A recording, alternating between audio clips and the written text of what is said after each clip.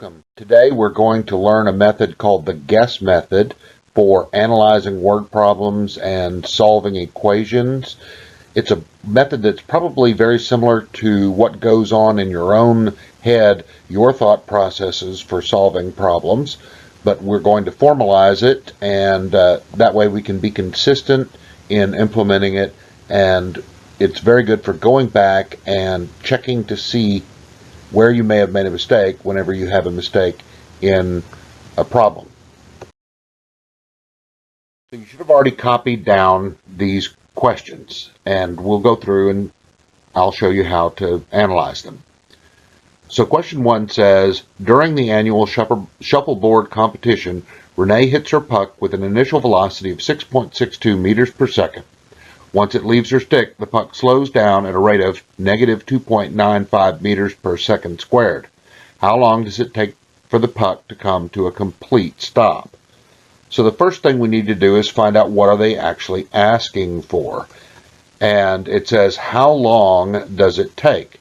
So we're going to underline that in green, and we'll label that with T for time. That's what they're asking for. Next, we look in the problem and we see that it says it has an initial velocity of 6.72 meters per second. So I'll circle or box this in blue and write VI for initial velocity. It says that it slows down at a rate of negative 2.95 meters per second squared, so that's an acceleration. So I'll put an orange box around that and label it with the letter A. Now, one thing that is important here, there's another variable, and that is down at the bottom where it says the puck comes to a complete stop. Well, a complete stop, that's a velocity. That's our final velocity. So I'm going to circle that in blue and label it with VF. That's a key word. When you see the word stop or at rest, that means you've got an initial or a final velocity of 0, depending whether it starts or stops with that velocity. Next, I'm going to go on and put down my letters, GUESS. The GUESS method stands for Givens, Unknowns, Equation, Substitution, and Solve. So we're going to do it in that order. The first thing we'll do is we'll write down the givens that we got from the word problem. We have VI, we have A, we have VF. Our unknown, U, is T, so we'll write T with a question mark. Now we need to find an equation to use. There are 2 equations on your equation sheet for time, but one of them doesn't have all the variables that we need. So we're going to choose this one. It has VF, VI, and A. And those are all the variables that we need to solve. So if we substitute in those variables, we end up with this equation, we have 0 meters per second minus 6.72 meters per second, and divide that by negative 2.95 meters per second squared. We have negative 6.72 divided by negative 2.95 meters per second squared, and those units mostly cancel, except it leaves us with a seconds, and our time is 2.28 seconds. On number 2, a cyclist is traveling 5 meters per second and accelerates with an average acceleration of 1.5 meters per second squared for 5.2 seconds. What is her final velocity? So it's asking us for final velocity, so we'll underline that and write VF there in blue. Up at the top we can see she's traveling at 5 meters per second already, so that's an initial velocity.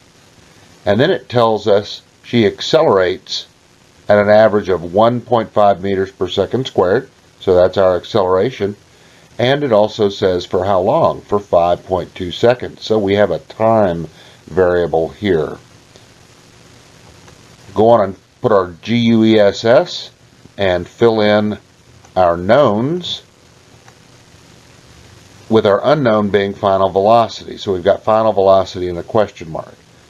Now there are 3 equations on this equation sheet for final velocity, but we're going to pick the one that has the variables that we have available to us, which is VI, A, and T, and we end up with VF equals VI plus AT. We do the substitution, and we have 5 meters per second plus 1.5 meters per second squared times 5.2 seconds.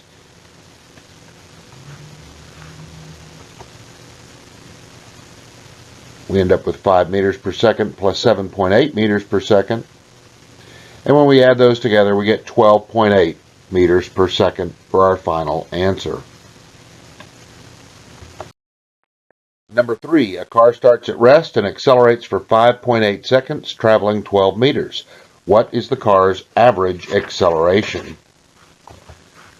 So acceleration is what they're asking us for. So I'll underline that in orange and write an A next to it. It says that the car starts at rest. So that's one of those key words. At rest is our initial velocity, VI, which is going to be 0. It accelerates for 5.8 seconds. So I'll box that in green and write time there. And it travels 12 meters. So that's a distance. So I'll box that in red and write the letter D. We'll go on and fill in our GUESS.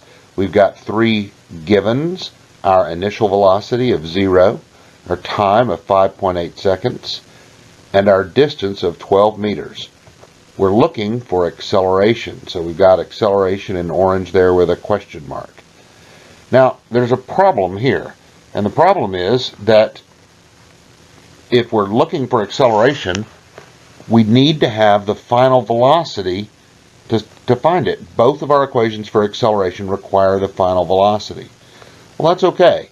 We can solve for final velocity first, and then that will provide us with the extra information we need to solve for acceleration. So if we look for an equation that provides us with final velocity, we'll find this equation. Final velocity is equal to 2 times the distance divided by time minus the initial velocity, which in this case happened to be 0, so this should be easy. We'll plug it in, and we have 2 times the 12 meters and divided by 5.8 seconds. Subtract the 0, and we end up with a final velocity of 4.14 meters per second. So now we have all that we need to solve for acceleration. So we look back to find our acceleration equations. There are 2 of them, and it doesn't matter which one you use. Both will work equally well. The first one doesn't involve squaring anything, so I'm going to choose that one. And we have acceleration is equal to the change in velocity, VF minus VI, divided by T. When we substitute in, we have our 4.14 meters per second minus that 0, which makes things very simple, divided by 5.8 seconds. And we have an acceleration of 0.71 meters per second squared. The last one, we have a skateboarder starting from rest and then maintains a forward acceleration of 0.50 meters per second squared for 8.4 seconds. What is the skateboarder's final displacement? So in the question, final displacement, underline that in red, and that's D, distance or displacement. The skateboarder starts at rest, so we have a VI, and that's going to be 0, which is helpful. A forward acceleration of 0.50 meters per second squared, so we'll box that in orange and label it with an A for acceleration. And we have a time, 8.4 seconds, so we'll box that in green and label it with a T. Filling in our guess, we have our initial velocity of 0, our acceleration of 0.50 meters per second squared, and our time for 8.4 seconds. Our unknown is the displacement, so we have D equals question mark. We need an equation for this, and if you look at the equation for displacement, the first one there is V naught, or V initial times time plus 1/2 AT squared, and that one will do quite nicely. So we plug that one in there. and then we substitute our values. Now remember, they started at rest, so that very first one, 0 meters per second times 8.4 seconds, that's just going to reduce to 0. And you can just draw a line in there if you want and show that. I do that a lot of times. I'll just draw a little arrow here and put 0 to indicate that that term goes away. Sometimes I'll even do it down here like this and say 0. Then I've got less to substitute. On this other side here, we have 1/2 times our 0.5 meters per second squared. Now that was not a great underline, was it? That's our acceleration. And then we have 8.4 seconds squared. Now this squared right here applies only to the 8.4 seconds. It applies only to this 8.4 seconds. So we don't want to square the whole thing, just the 8.4. When we substitute in, we have our 0 plus 17.64 meters. Our second squared here and our second squared over here have canceled each other out, so we end up with just the displacement.